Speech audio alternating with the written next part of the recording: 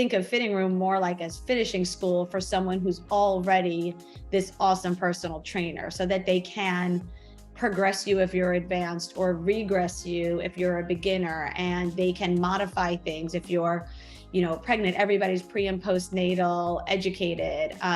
Like, you should walk into that space and feel like you've walked into a personal training session, but you're surrounded by this group energy, this fun, motivating space.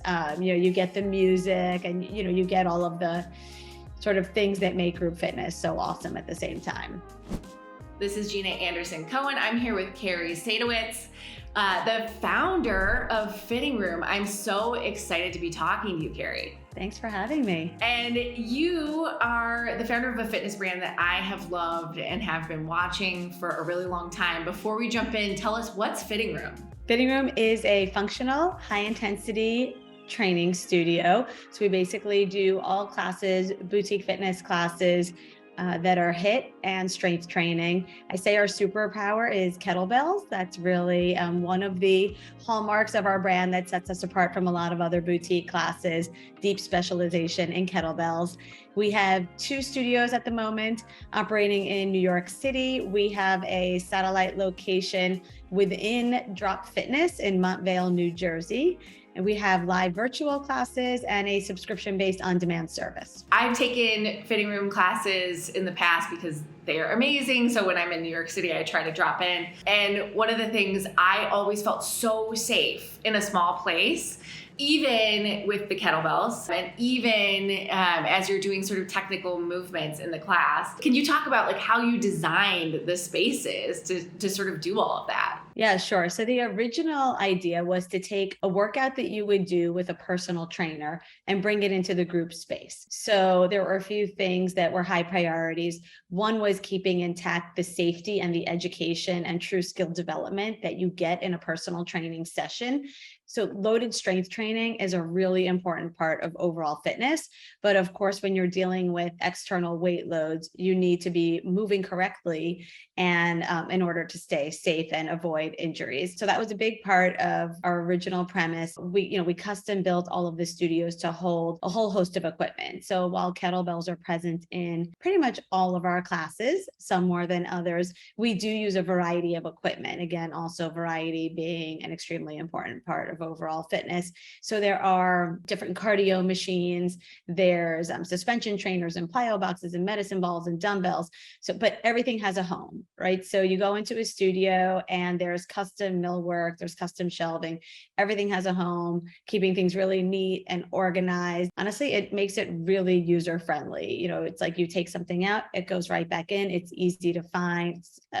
Everything's meant to make a really great workout safe and accessible to everybody, and organization is part of that. Yeah, and I think just this simplicity, but also the challenge of the workout, and also the caliber of your trainers, all those things together have led to the success of the studio, and the fact that you are written up and featured on national media constantly. So kudos to you.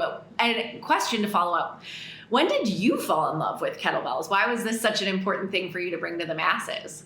Right. So crazy enough, I always tell people I'm an accidental entrepreneur. So prior to Fhitting Room, I only worked at big companies. I worked at American Express after college and before business school.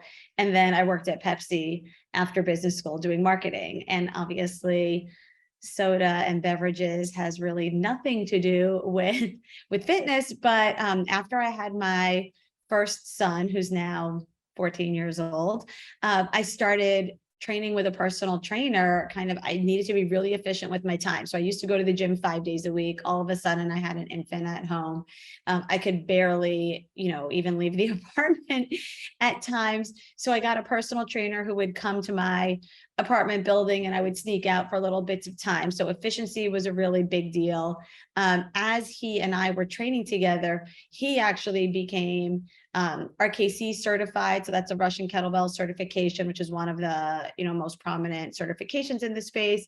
He got a CrossFit certification. So we kind of went from using a lot of the standard universal weight machines that are in typical residential gyms, big box gym floors, to kind of never touching the machine and working with our body weight kettlebells, using the pull-up bar and workouts. And the results were just incredible. I only worked out with him twice a week and literally did nothing else that was organized fitness in any way on the other 5 days a week.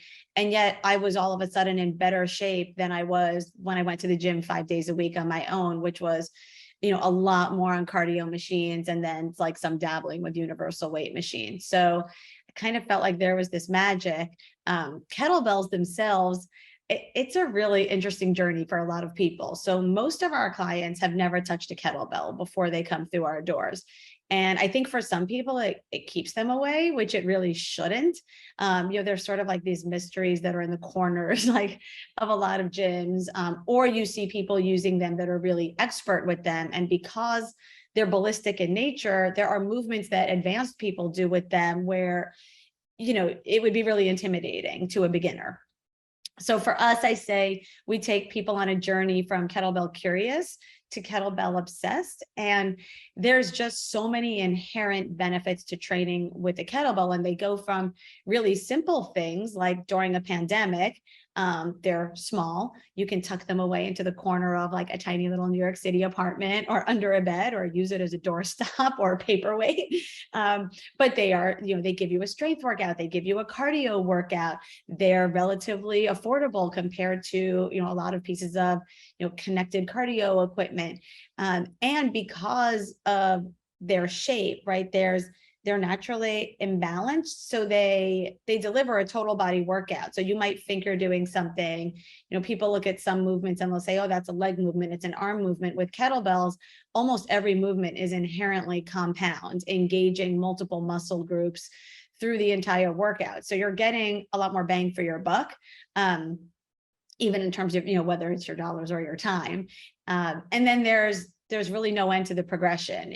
They're really cool pieces of equipment because while the foundational movements are, there's only a handful of foundational movements, you can add complexity by stringing movements together into complexes. There's kettlebell flows, people call them. And then there's, more ballistic movements, the more expert you get. So they're just really fun and kind of addictive once you start working with them. As you were leaving corporate America to found Fhitting Room, like what pulled you out the door? What was your original why? Right. So the original thought behind Fhitting Room was, so here I was really time starved and working out with a personal trainer a couple of days a week. And I was observing, well, I love marketing and branding. So I'm always observing consumer behavior. It's just like naturally what I do. So I would see people going to boutique studios just started opening in New York. I think there were 2 Soul Cycles and 2 Physique 57s and a Barry's, but it was really kind of a nascent industry because we're going back like 10 years now at this point. And, I'd go to school drop off and, parents would be talking about this person's class or that person's class. And like clearly like in love with this new experience, this new fitness experience of going to a dedicated space that was really clean and really cool and full of people who were, sort of like-minded and loving it. But those same people, many of them were still going to the gym or they still had a personal trainer. And I kind of had like 2 thoughts occurred to me. Like one, it just felt really inefficient from a time perspective. I'm like, well, I can't work out 7 days a week or 5 days a week. So what do I do? Do I go like to my personal trainer or do I go take this like cool class that's super fun and everybody loves it? And the other was just from a price point perspective, right? I mean, if you think about, personal training, it's not accessible to everybody. And I just kept getting answers like, well, like that's my real workout, but I love this, or this is my cardio, but that's my strength. And so I just, and then I said, well, if you love working out in a group, like why not do CrossFit, for example?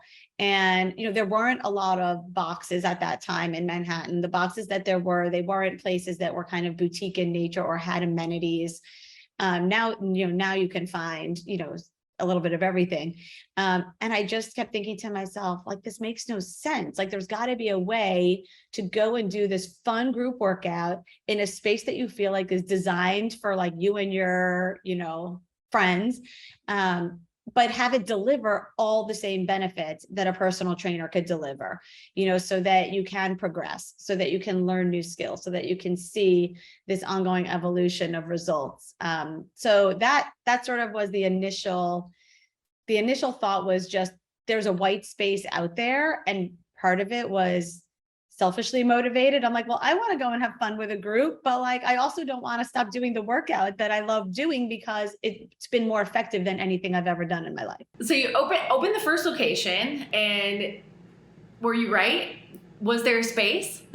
So yes, I would say, the first few months, of course, it's like a slow roll. And then all of a sudden it was kind of like a flywheel, and every class was sold out. And, the feedback from people was, they loved the workout, but most importantly, what they loved were the humans delivering the experience. So it was that feeling, people really did feel like they were with a personal trainer. The trainers really do understand where you're at on your journey, whether you're coming back from an injury or training for a marathon. And one of the things that right from the beginning, we did a little bit differently than a lot of group exercise is 100% of our trainers have to be certified personal trainers to even like audition to get trained at Fhitting Room. So I think of Fhitting Room more like as finishing school for someone who's already this awesome personal trainer, so that they can progress you if you're advanced, or regress you if you're a beginner, and they can modify things if you're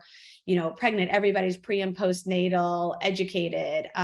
Like, you should walk into that space and feel like you've walked into a personal training session, but you're surrounded by this group energy, this fun, motivating space.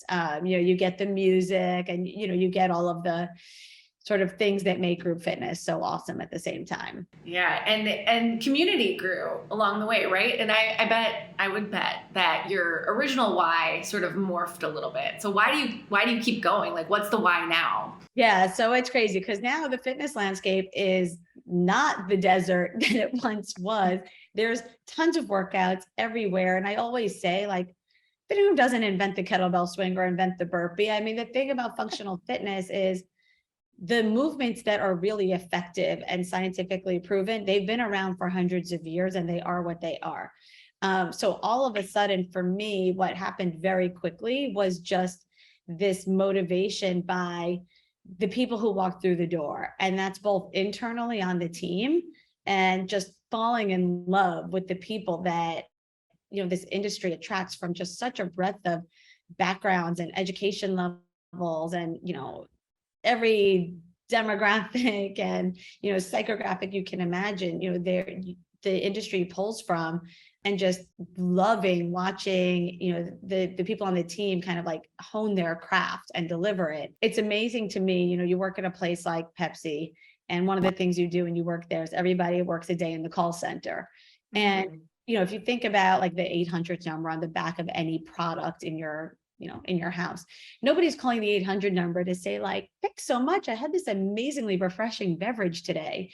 Like, people call because there's a problem, there's a complaint, there's a bad experience. And the thing that is so awesome about our clients is most people who reach out, like through an email or a phone call or giving feedback, most of the time it's positive. And the fact that people take time out of their incredibly busy days to talk about how this workout, and more importantly, how the people, there's never an email that gives feedback that doesn't specifically name someone on the team. It could be a manager of a location, a front desk person, somebody on the maintenance team, a trainer, but there's this real human element of how it changes people's lives. And it's not the traditional stuff you expect. I mean, sometimes it's like a weight loss journey, but it's more often than not, it's an emotional journey. It's meeting people who, they just moved to New York, and all of a sudden they met all these people, through Fhitting Room, and giving them the space to do so, or, getting like some sort of specialized encouragement or motivation or extra tips as they're training for something, or whatever it is, and watching it spill into people's lives in all different ways. It's really awesome. I'm hearing little bits of community in there. I think I think what I'm hearing is that you worked really hard and created something really special, and community formed. And I know that community is a big piece of the Fhitting Room brand. So can you tell like what the key has been to building and maintaining that? Yeah, I think the biggest thing is listening. The thing about a brand is you can start off with an idea of your product or service, but your actual brand is what your consumers tell you it is. So I might think I'm delivering a fitness class, but if you tell me I'm delivering a place for you to hang out with other people like you, when it comes to making business decisions, you make them very differently, right? So when you think about the pandemic, for example, and you shut down your studios, well, if you're really just delivering fitness classes, then our Fhitting Room on demand pre-recorded content is all we needed. And we already had that. We launched that in 2019. But I knew from my consumers or the clients that what we're really delivering is an opportunity for them to spend time with the trainers, be given specific instructions on how to level up or level down or modify or get over that shoulder injury, and a space for them to see and talk to other people who they've come to like love and share their good days, their bad days, and just this notion of togetherness. Then you know that that first product, it's great to have it, but it's not going to like solve the whole problem, because that's not the only thing we deliver.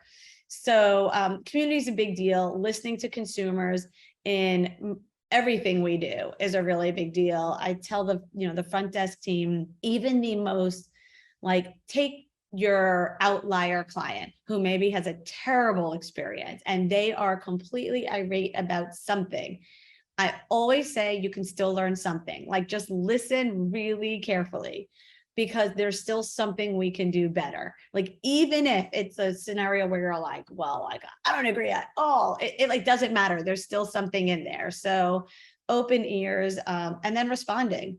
You've got to like have your feet on the ground and your ears open. So when things are happening in the outside world, we've been through a lot of really crazy times over the past couple of years, whether it's, health and safety related or, with social justice. I mean, there's a billion things going on around us, and understanding when things are striking a chord with your clients and figuring out how to be there for them in those moments.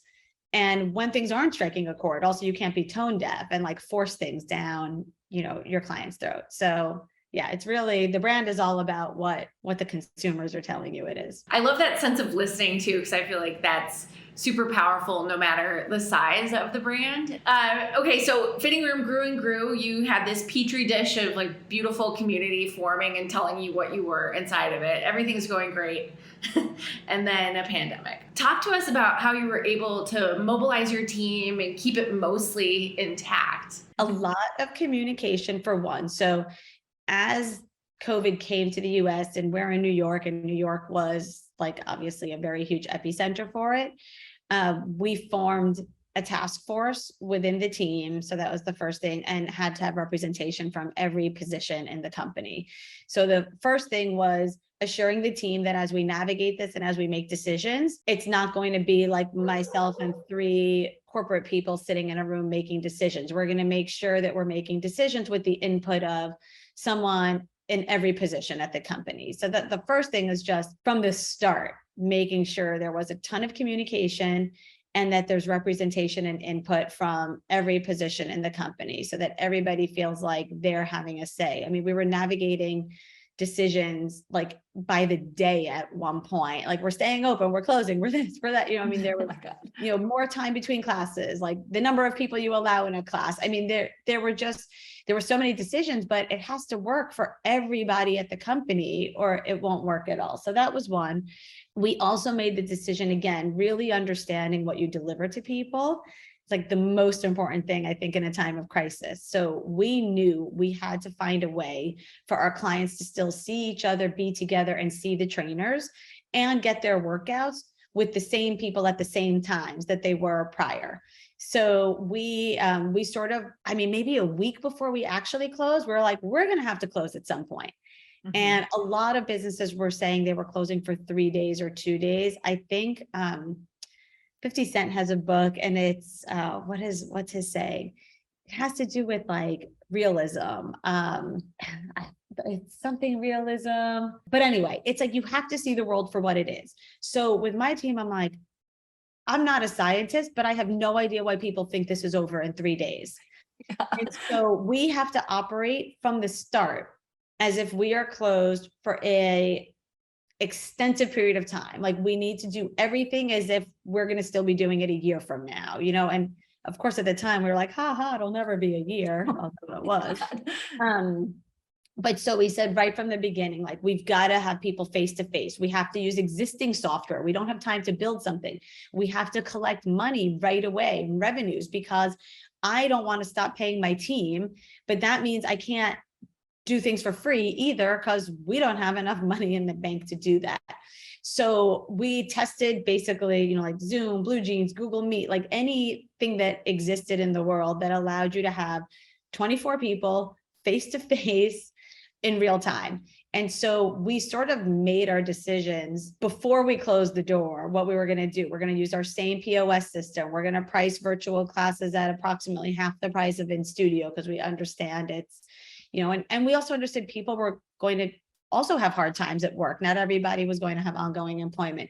So we were trying to just really balance and look into the future and anticipate as best as we could. So we right away had virtual classes up and running. We went 3 days where the studios were closed before we had our first class. And that was really just honestly, internally, getting all of our ducks in a row with getting the new schedules posted, getting consumer communications ready, getting the new class packages on the booking pages. There was like just a lot of that. But 3 days was all we were out of revenue for. As we got into the summer months, we started to, feel from the community a desire to be together in person, but do so safely. So we started, classes in parks, and then, looked for rooftops that we could partner with in the city for, very low rent. We moved our kettlebell racks from the studios onto rooftops. And yeah, we just tried to keep it going as best as we could while the studios were locked up. And did you have trouble like arming your regular consumers and members with kettlebells, or did most of them already have them? So at first, almost all of our virtual classes were just body weight, so no equipment needed. And then as people started getting their hands on equipment, and we found some partners who had some equipment, and so we were able to get like small discounts and channel our clients to those particular partners. As we started to see people, have equipment, and you see people using it in the body weight classes. So, all of a sudden somebody's doing a squat and now they're holding a kettlebell. So as we started seeing that, we started adding weighted classes as well. And now almost very close to all of our classes virtually are with equipment at this point. We have a couple body weight, and then some that are optional so that you could do them either way. I love that. Okay, so let's pretend that the pandemic is over forever and it's never coming back. And you get to go back to normal, air quotes normal for the listener. What are some things that you've learned over this time that you're taking with you? Yeah. So, the biggest thing we learned, so even going into the pandemic, we were looking at new ways to deliver our experience to more people. And by new, I mean asset light. So it's very expensive to build a studio and operate a studio in your own four walls, and, expenses. And well, now we have procurement issues and supply chain issues, but everything's kind of crazy. So one thing we learned during the pandemic is clients are super flexible about where they're getting that experience, meaning whether it was a rooftop, a park, in their own living room. What they care much more about is the quality of it, of course, which we've already known, the humans that are delivering it, and the other people that they're engaging with. We just opened up a licensed location within another facility in New Jersey. And so the studio room itself looks exactly like a fitting room. And we've trained all of the fit pros there. And they run the same programs each day there that we run in our New York City studios. But for us, we didn't build the space, we don't operate the space, so we can grow a lot faster and more efficient, effectively, cost effectively in that way. So we're really focusing now on taking what what we learned, everybody really loves. They love the brand. They love the way people are trained. They love the workouts. It's all intellectual property, and looking for ways to get that out to more people. Okay, so you're open in New York City now. You're welcoming community back in the doors to take classes. What is it like to be open today, and what was it like the day that you welcomed people in mass class to the studio? So it's I got goosebumps when you said that. It's so funny how physiology works. I know. There were some clients who actually shed tears when they came back in. I mean, it's interesting, like there were the people who were there like day one, and then we had a lot of people who were still really cautious, really concerned. We had a ton of people who moved out of the city. So it's interesting. There's like this, the community now, when I look at it, it's like half the people who were here pre-pandemic, but then there's also this whole new group of people. There's like around 100 new people a week that are just discovering Fitting Room for the first time. So it's, in some ways, we're operating like we're starting from scratch in terms of how we communicate the brand and our principles, but just honestly seeing the team together and like so happy to be in spaces with each other. It's really pretty amazing to bring everybody back together. So what's next for Fitting Room? I know we've talked a little bit about sort of the challenges you've been through, your trajectory. I think it's such an incredible brand. Where are you going next, and where are you growing next? Yeah, so really focused on two areas. One is, like I said, looking at more strategic partnerships so that we can deliver our classes in, more geographies, more locations, and basically get our incredible experience out in front of more people. And then the other is also in education. So we've always had part of our customer base has always been other trainers and other fitness instructors. And we see our clients and, also really leaning into education, particularly around kettlebells. So, much like 10 years ago, I saw this white space in the studio part of the world. I see a white space in the certification and education part of the world as well. Specifically, we have 10 years of how to effectively teach kettlebells to groups of people. And even if you think about with like one-on-one, there's a lot of really technical, very comprehensive kettlebell certifications that many of our trainers have. But like, if you just, let's say you're a personal trainer in a gym and you want to know enough about kettlebells to use them with your clients, and they're beginners, or, they're not super technical, you don't need to know like everything there is to know about them. You need enough to keep people safe and make sure you're using them effectively. So we're developing our first external training course, which can be taken either by enthusiasts or professionals, to really just, it's like how you make kettlebell safe, effective, and fun for everyone kind of thing. Ooh, I love that. I love that. 'Cause, I feel like I've been in a class before where suddenly 40 people in a room are being instructed to do a kettlebell snatch, and you're like, no, help. No. I love that. I think every trainer who touches a kettlebell could and should use that.